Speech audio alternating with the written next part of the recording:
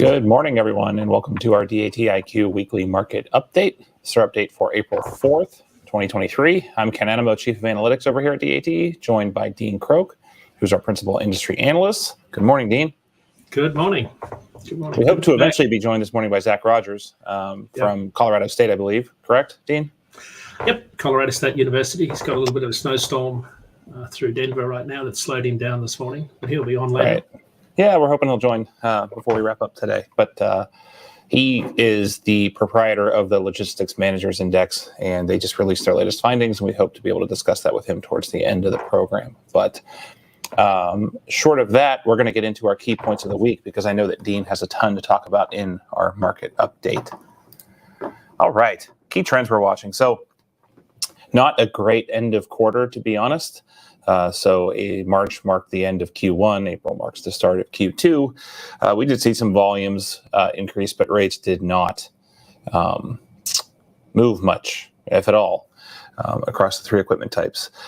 Spot flatbed rates, though, are a little bit of a bright spot amongst the three, with reefer and dry van lagging behind seasonality considerably.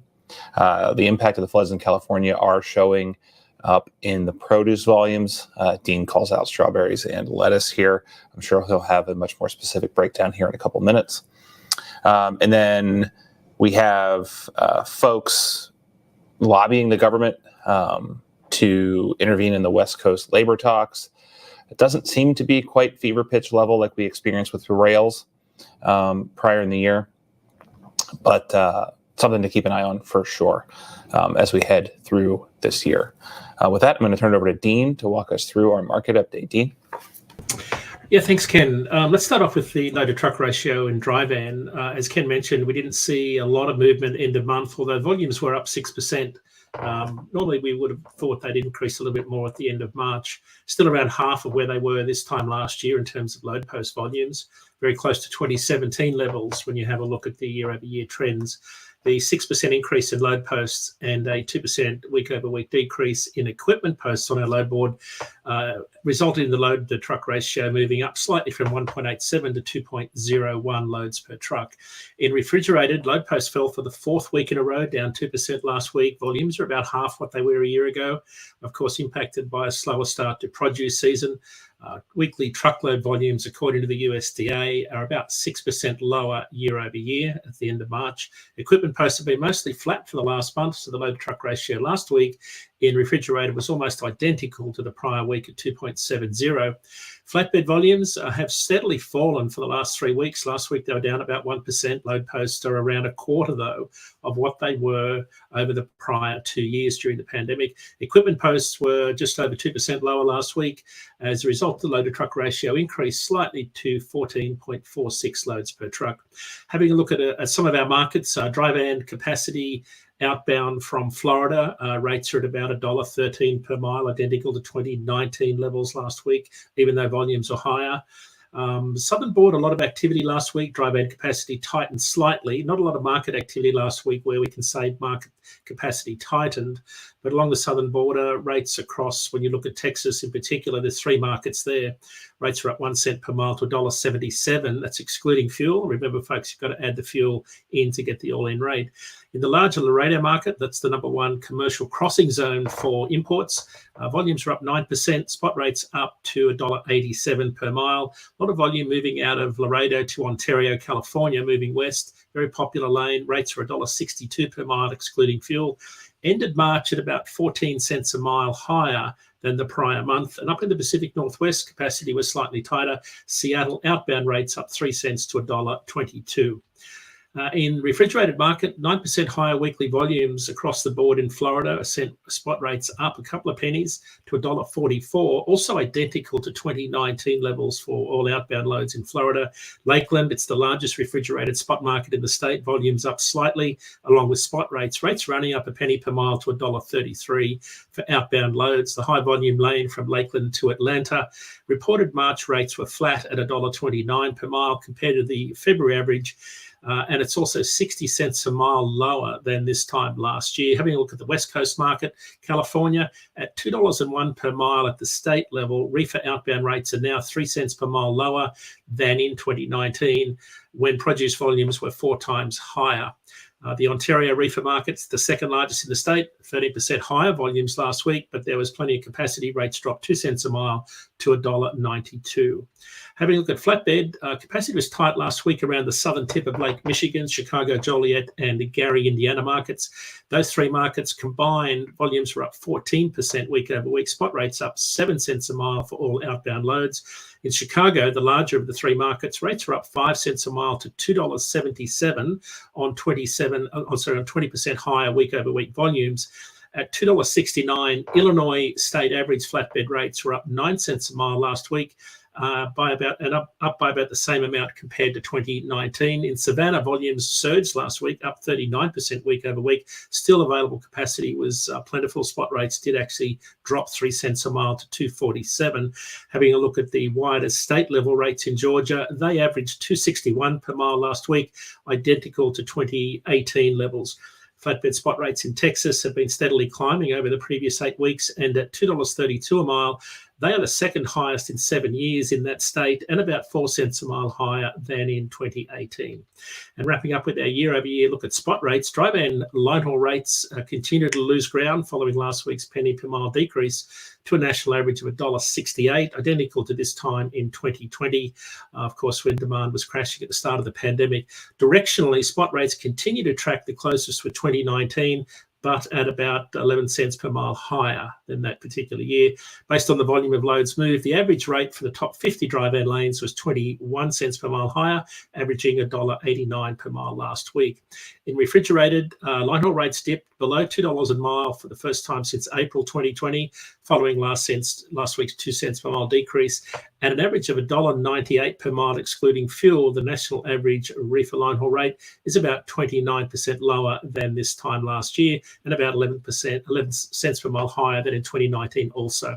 And lastly, with flatbed, spot rates have increased by 5 cents per mile since the start of this year, with most of those gains coming in the last 4 weeks. Rates were up a penny per mile last week, averaging $2.20. It's still about 50 cents a mile lower than this time last year, and within about 8 cents of 2018. So that's it for this week's market update. Don't forget, if you'd like to find out more about what's happening in freight, go to dat.com/market update and download our weekly report, which will be published this evening. With that, it's over to Ken for the short-term forecast. All right. In this week's episode of Who the Heck Knows, we're going to do some forecasting. Let's start with dry van. So to level set everyone on this chart, sorry, I just had to get situated. We have dry van first. The blue line is going back to October 1st. That is the long haul national rate, 7-day weighted moving average. And then we have 4 forecast models that we show you every week. The green line is RateCast. That's our flagship model that's in all of our products. We've got a red line, which is our short-term model. It more heavily weights recent data, doesn't look at as much historical data. And then you have gray and yellow, which are sort of hybrids, blends of the two. So interpreting some of this data, as I mentioned, we did not see the seasonal bump that we would typically expect, nor the end of quarter bump that we would typically expect. Being totally honest, rates are scraping bottom at the moment. I'm not exactly positive when we will see some of that upward movement. We would have frankly expected some of that by now. I think it's a pretty pessimistic outlook over the next 35 days.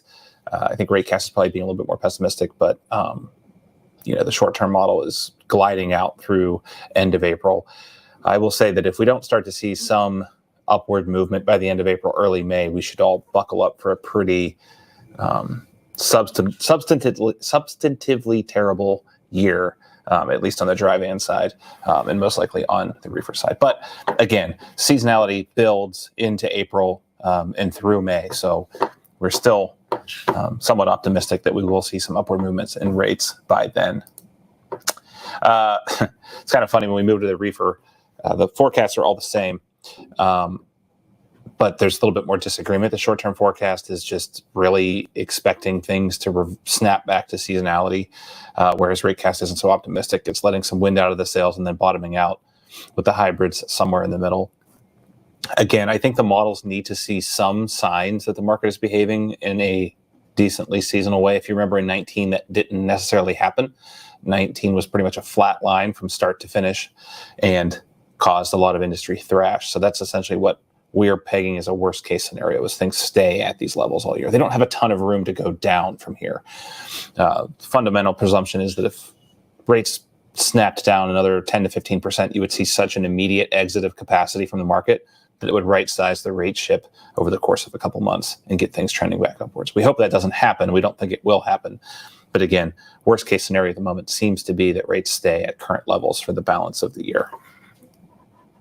Flatbed, to end on a slightly positive note, does continue to trend upwards. Jason Miller had a really good post today about some of the reasons why that might be happening. Housing and construction and heavy shipping. Something to keep an eye on, as I think this forecast is very fickle at times, but for the better part of the last couple of quarters has looked pretty good. So it's something we'll keep an eye on. Now that our guest has arrived, we're going to move to our question of the week, because that's going to be a very exciting topic to discuss. So welcome, Zach. Hi, everybody. How you doing? Sorry, we have a spring snowstorm in Fort Collins this morning, and a 15-minute drive took about 40 minutes. So if anybody's waiting for freight in the Front Range of Colorado, give the drivers a little time. Things are slow out there today. Good call. So, Zach, you're at Colorado State, pride of the Mountain West, I believe. Yes, sir. So we're a big college football program here, as I repped my team here today. What are the prospects before? We usually do this at the beginning of the show, but we're going to do it now. What are Colorado State's prospects heading into their spring practice and spring game?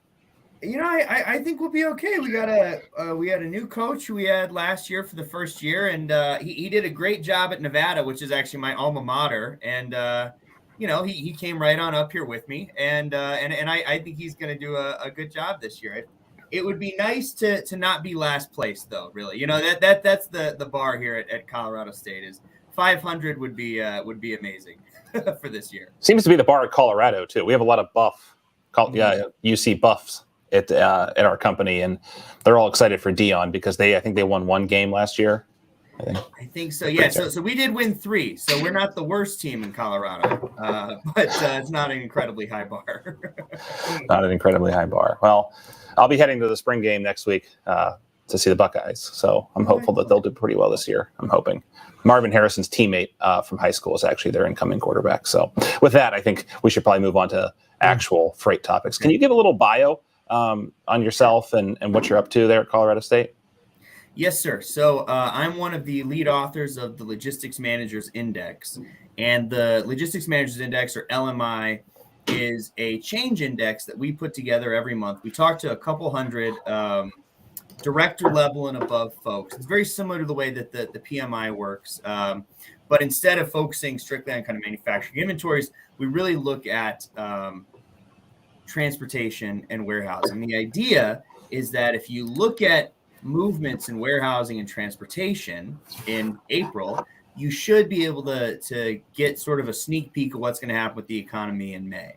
And we've run some tests, and that does bear out, especially when you look at things like transportation, inventory levels, and things like that. So our index is made out of 8 sub-components. So we look at movements and inventory levels and inventory costs, warehousing, capacity, utilization, and price, and then transportation, capacity, utilization, and price.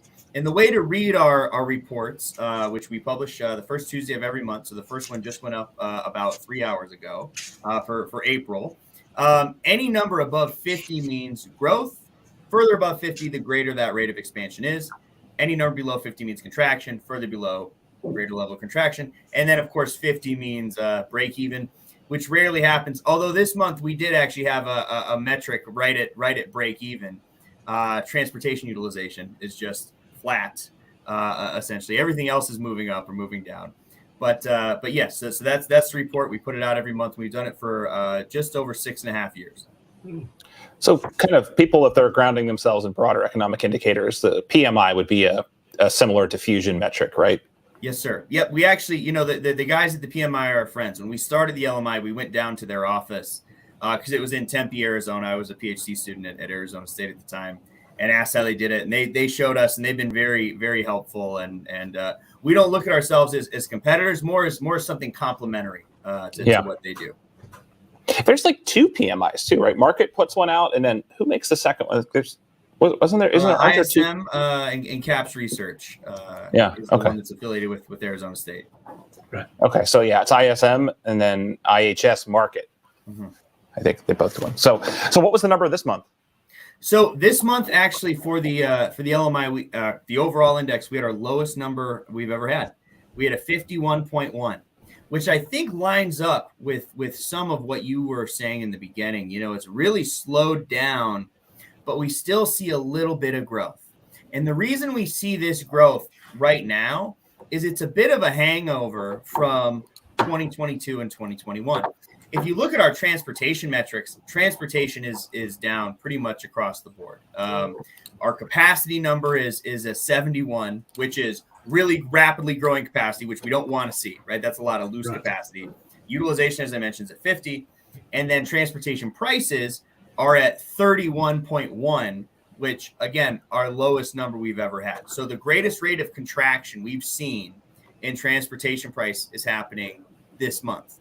Now, the thing that's bringing that up, because that sounds like, okay, well, then it's got to be a negative overall. The thing that's holding us up right now above 50, keeping our heads above water, are inventory costs, which are about 66, and warehousing price, which is 71. And obviously, those two are tied together. And one of the reasons why we see those staying elevated is because of the length of warehousing contracts. So we do see some warehousing coming online right now. We actually are into positive capacity territory for warehousing this month and last month. It's the first time in 2.5 years we've seen growth in warehousing capacity.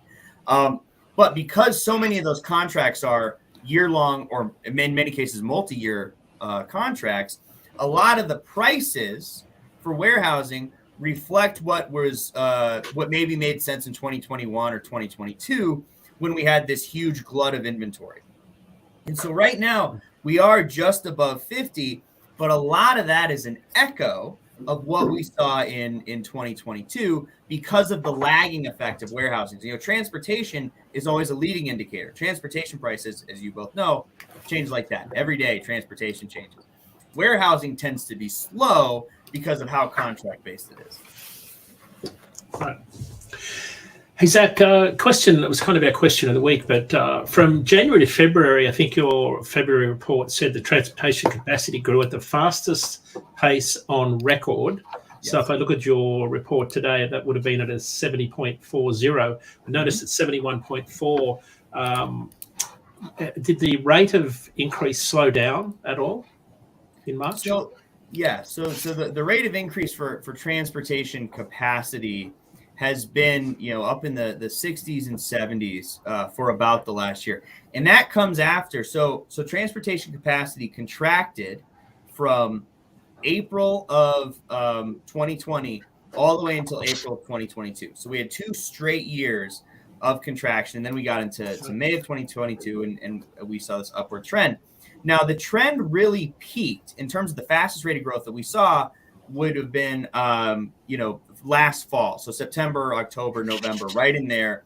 I believe in October, we were at 73.1, which is the fastest rate of growth we've seen. And we were closer to about 70 in January and February. Now we're 71. The thing to remember with that, though, is that this is the rate of change, not a total rate of growth. So even if it's going from 71 to 70, all that means is we're still going up, but the slope isn't quite as high. Right. And so capacity keeps, moving up, but just at a slower rate. And it's funny because you still see, despite all of this excess capacity, we still see people placing big orders for trucks. We saw Ford just put down a $4.5 billion investment on I believe a nickel factory, overseas, so they could start working on electrification for truck fleets. And so even though we see not a lot of demand right now, it seems to me that a lot of carriers are still building up capacity. Partly, I think that's to take advantage of a soft market. And then also, so many of these carriers, we have to remember, are somewhat flush, especially the big folks, somewhat flush with cash from the last couple of years. And so right now, in some ways, is a great time to invest in excess capacity, which I think is sending the market a lot of sort of counterintuitive signals, because demand is low, but we're still seeing these big orders because people are, trying to buy low, as it were. Right. And shorten some of their average age of their fleets at the same time. Exactly. Yeah, you beat me to it. I think there's a lot. Yeah. I mean, there's a lot. You're going to have to have all, electric trucks at the ports in California within the next 15 years. And so that's going to take a lot of work. Yeah, I mean, I think, too, there's a lot of demand for new capacity all up and down the different segments of the industry, right? It doesn't all have to even be for hire. I mean, private fleets have been aging. Dedicated operations have needed to backfill equipment. So I think there's a lot of places for this new capacity to go that won't necessarily impact the for hire dynamics. A lot of it certainly will, but I think there's a lot of other places that the capacity is going to go, especially from a new truck order perspective. I agree. So what do you think from a balance? Like, I don't know. I think part of doing this job is you have to be okay to admit when you were wrong a little bit. I would have expected a more of a bump seasonally and end of quarter heading into April, and it doesn't appear to be the case. So it's looking like we might be in for a little bit of a slower year than we expected. What are you seeing? It looks like very similar to 2019 to me because of the difference in upstream and downstream dynamics. So we did have, we heard all this noise from retailers at the end of December saying, hey, we sold off all our inventory finally. We're going to start building back up. And for places like, Walmart, Target, even, Nike or places like that, that was true. And we did still see some consumer spending. We saw consumer spending go up by 0.02 in the last month. Where we're not seeing a lot of spending is on the industrial side. So, anything that's tied to something with an interest rate seems to be struggling a little bit. Like if you look at inventories of, say, appliances, for instance, people aren't going to buy new appliances if we're not building new houses, and we're not going to buy a lot of new houses when the interest rates are so high. And so this is similar to what we saw in our numbers in 2019, where we saw downstream respondents. So that would be anyone who's like a retailer or consumer facing. Transportation prices still went up, and we had a fairly robust market on a very specific consumer retail side in 2019. Everything upstream from that, though, B2B industrials, were slow. And that, to me, seems like the sort of disparity that we're seeing. When you hear, folks from JB Hunt come out and say, yeah, we're not as optimistic as our customers were, and it's not looking as good as we thought it was. A lot of that reflects, well, those customers who are optimistic are retail side, because American consumers will keep spending money on little things. It's the old idea of Revlon's lipstick index. Sales of lipstick go up when the economy is bad, because, well, I can't afford a car or a really nice TV, but I can buy some lipstick. I'll make myself feel better. Is that a Giffen or a Veblen good? I can't remember. It's been a while. What's the one? There's two goods, right? There's two goods that defy the laws of supply and demand, right? There's Giffen goods and Veblen goods. One is like luxury items where Bugattis, people buy them more when they're more expensive. I forget which one of that. But then the other one's what you talked about, like demand for milk and bread and lipstick and the essentials goes up even when prices go up because there's less money to go around. So you focus on the spending that matters the most. I forget which is which. I went to a state school. Eggs this month. Happening.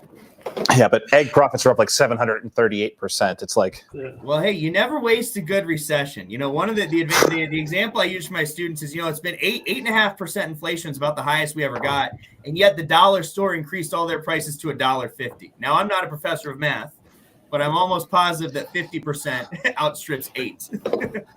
Yeah, well, it's something about compounding and perpetuities, and I don't know. They all went over my head.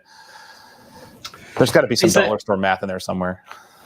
Hey, Zach, we got a bunch of new listeners on the show following our Mid-America Truck Show presentation on the weekend. So I know one of the questions they'll be asking is, what's the difference between upstream and downstream warehouses from how they would look and where I would go if I'm delivering a truckload of freight? What's the difference? Absolutely. So for upstream, an upstream warehouse is your sort of traditional out in a rural area big distribution center. For us, right up the road, Walmart's grocery distribution centers in Cheyenne, Wyoming, right at the crossroads of two major interstates, fairly rural area where things are not that expensive. Downstream warehousing would be like the giant Amazon distribution center that's 5 miles down the road in an urban area here that are designed for quick distribution to a person essentially. So it's in a lot of ways it's the difference between distribution and fulfillment.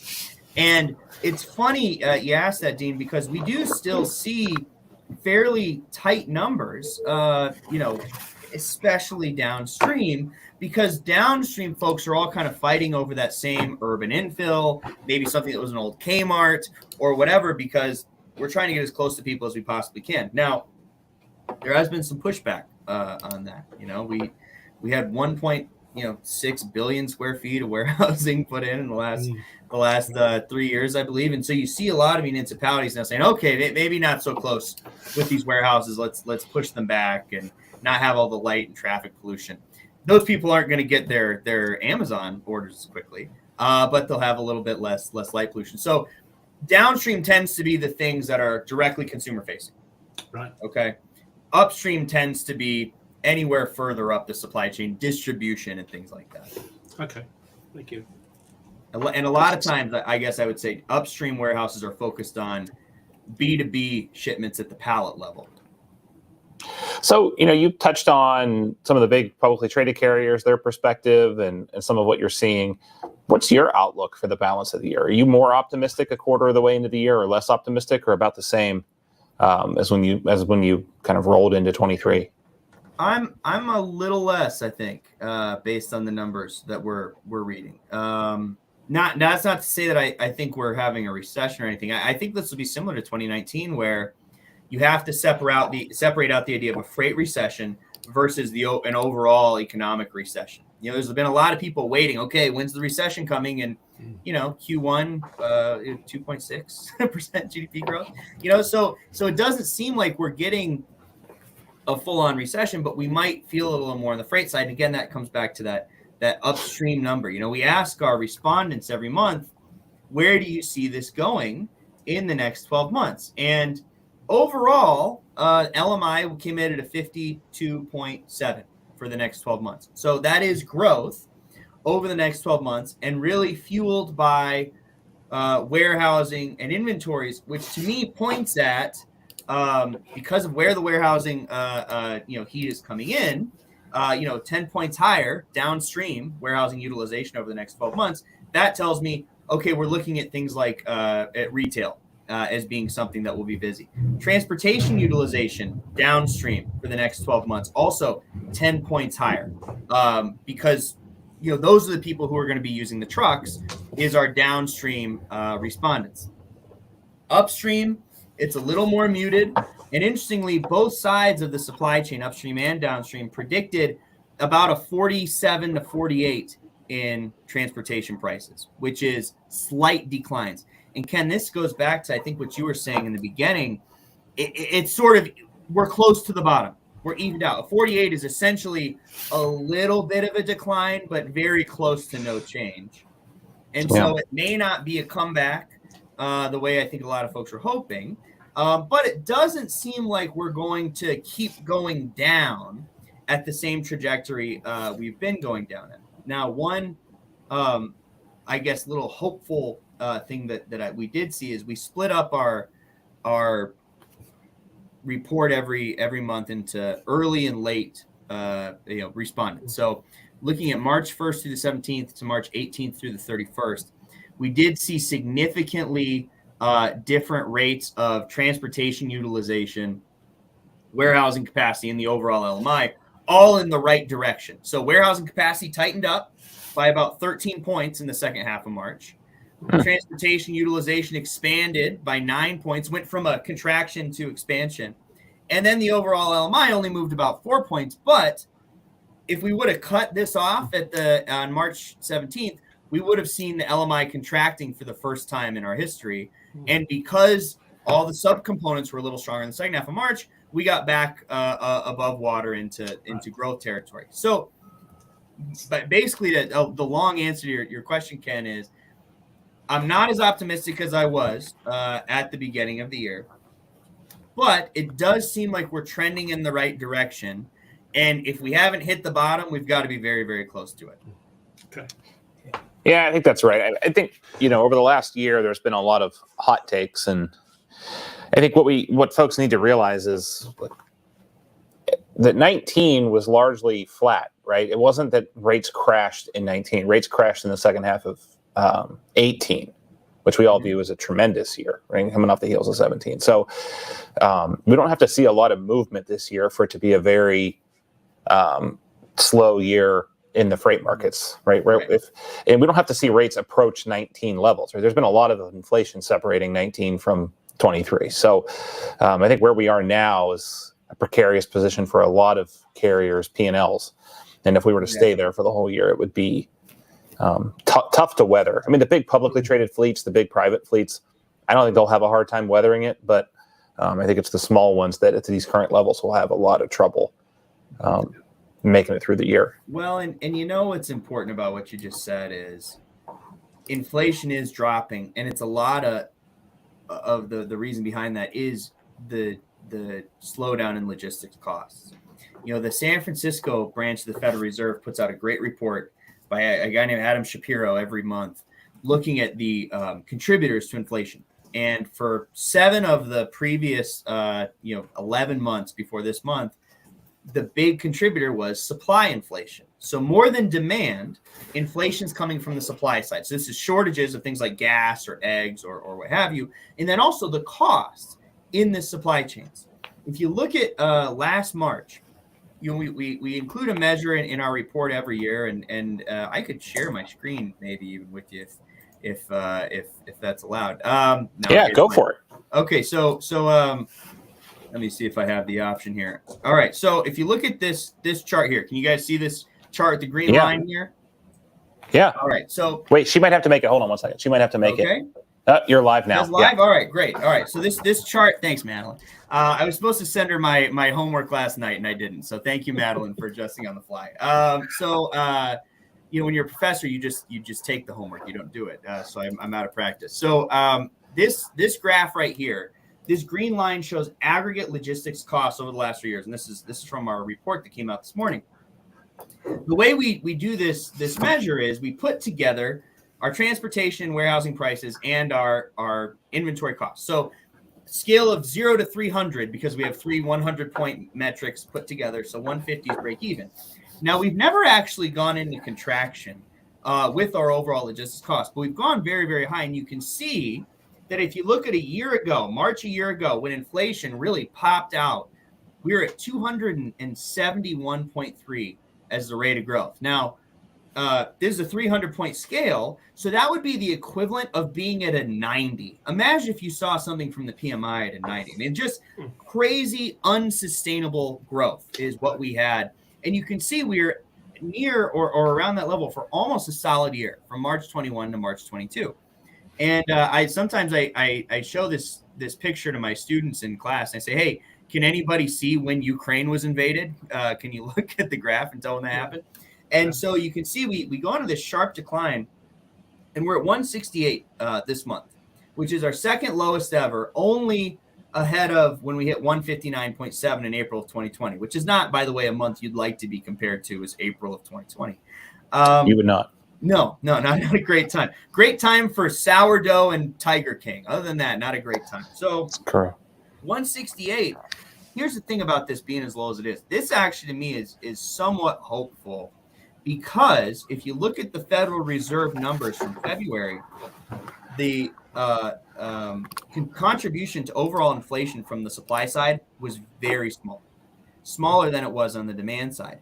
And that's been trending down. Their March numbers aren't up yet, but if it follows the path that we have, you would anticipate that that's going to keep going down. And you saw we only had about 5% in inflation there.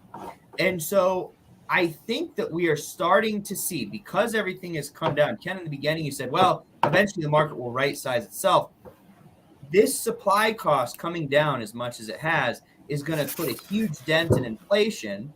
And we've already seen the Fed say that, we're going to sort of slow down our regime of interest rate increases.